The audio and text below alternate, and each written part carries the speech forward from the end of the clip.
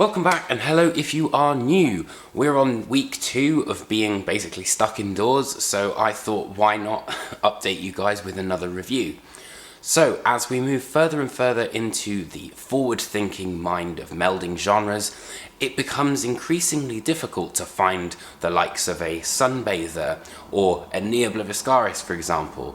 That is until the craziest thing I think I've heard in quite a while has come along, which is Igorr's Spirituality and Distortion.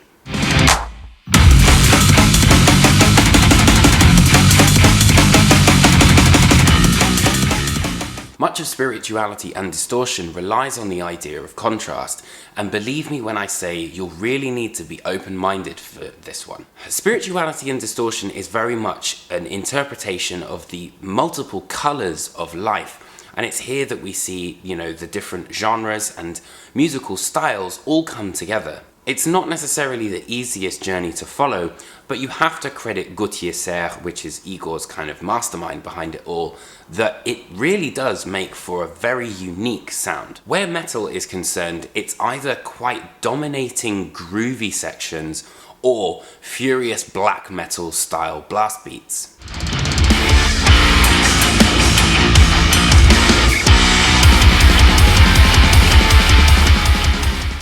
Both of these amp up the atmosphere as seen on Nervous Waltz, but then in the same track, we're completely moved into the ivory tinkling of the latter section, which kind of reminds us of a classical piece. Himalayan Ritual also ensures that that sense of epicness is definitely still there. Later on, you'll then get hit by the fattest of bass drops on Camel Dance Floor, which kind of showcases the more electronic side of things.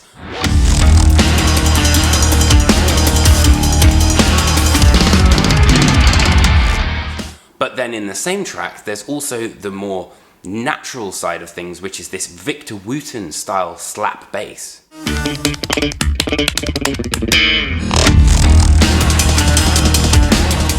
Breakbeats are also showcased pretty much all throughout the album, although a high point has to be I think it's about 1.5 minutes very noise, which, again, kind of showcases that aggression that weirdly is a duality of both dance and metal, which kind of combine the two, which I thought was quite interesting.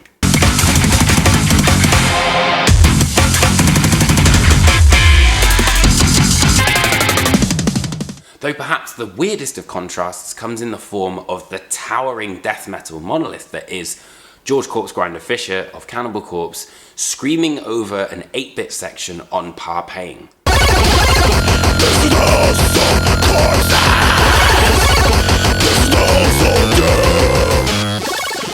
Or the Parisian-sounding Musette Maxime, which is complete with accordion, before being whisked away to the Greek tragedy style of Overweight Posy, or the Italian grandeur that kind of reminded me of Flesh God Apocalypse. And finally, the album is rounded off with the pretty bonkers Kung Fu Chèvre, which kind of finishes the album on this high noon showdown, but with all of the different elements that have been mushed together in the Igorrr sound. However, does unique necessarily mean that it's good?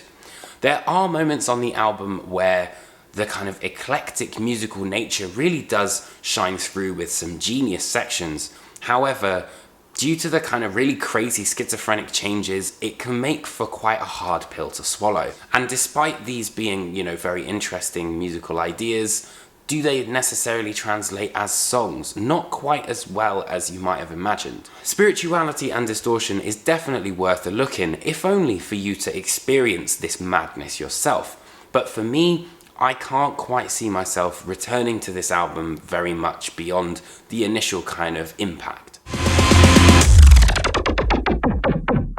So I hope you guys enjoyed this album review. If you did, hit that like and subscribe button. Also, if you are on Instagram, I go on Instagram Live now, whilst we're currently in the situation that we are in, and basically talk about a record every day from my own personal collection.